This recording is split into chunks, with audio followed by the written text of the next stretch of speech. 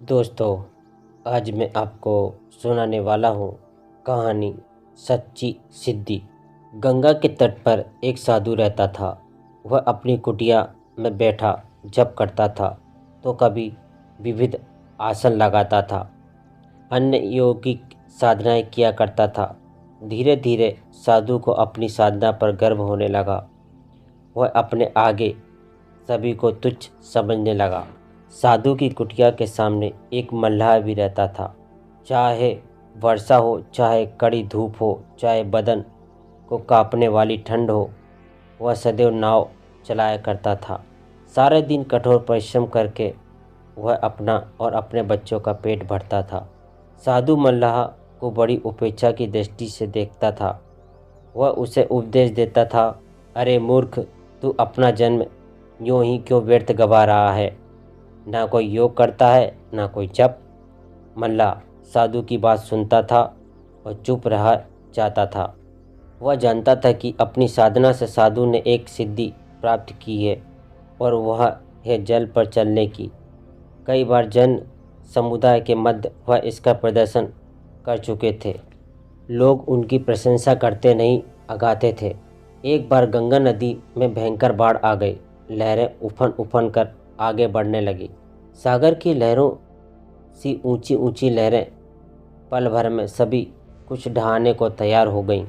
चारों ओर बड़ी तेजी से पानी बहने लगा। मल्लाह की झोपड़ी भी पानी के बहाव में बह गई। बाल बच्चों को पहले ही उसने एक ऊंचे से पेड़ पर बिठा दिया था। वह स्वयं तैर तैर कर लोगों को पानी से निकालने में जुटा हुआ था। एकाएक मल्लाह को दूर से साधु की चीखें सुनाई पड़ी, बचाओ बचाओ। मल्लाह ने देखा कि साधु जल में डूब रहा है। वो तेजी से उधर तैरने लगा। बड़ी फुर्ती से उसने साधु को डूबने से बचाया और पीठ पर लाद कर किनारे पर लाया। साधु के पेट और मुंह में पानी भर गया था। बड़ी देर तक मल्लाह उसे निकालने का प्रयास करता रहा। कुछ देर बाद साधु की बेहोशी टूटी और वह उठकर बैठ गया। अपनी मेहनत सफल होते देख मल्लाह बड़ा प्रसन्न हुआ। साधु के पैर छूते हुए बोला, महाराज, मेरे धन्य भाग, यह नचीज शरीर आपके काम आया। साधु को मल्लाह से सारी बातें पता चली। मल्लाह ने पूछ ही लिया, महात्मन, आपको तो जल पर चलने की सिद्धि प्राप्त है, फिर आप कैसे डूबने लगे थे? अरे, कैसी तो गज गज भर ऊंची लहरें तेजी से बढ़ती चली आ रही थी, उनमें मेरी सिद्धि क्या काम आती? साधु बोले। साधु को पश्चाताप होने लगा कि व्यर्थ अब तक वे मल्लाह को धुतकारते रहते थे। यदि यह तैरकर उनकी रक्षा न करता तो सिद्धि का अहं कब का प्राण ले चुका होता। उनका कंठ गदगद हो गया और वे मल्लाह से बोले, भाई, आज मैं समझ गया कि सच्ची सिद्धि वही है जिसमें हम दूसरों का भला कर पाएं।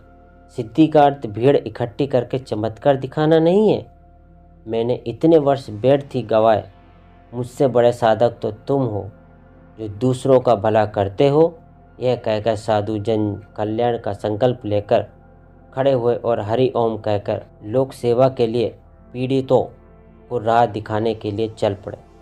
कहानी अच्छी लगी हो तो वीडियो को लाइक कर दें और चैनल को सब्सक्राइब कर दें और पास में दिए हुए घंटे को भी दबा दें ताकि आपको ऐसे इंटरेस्टिंग कहानियाँ आगे भी मिलती रहें।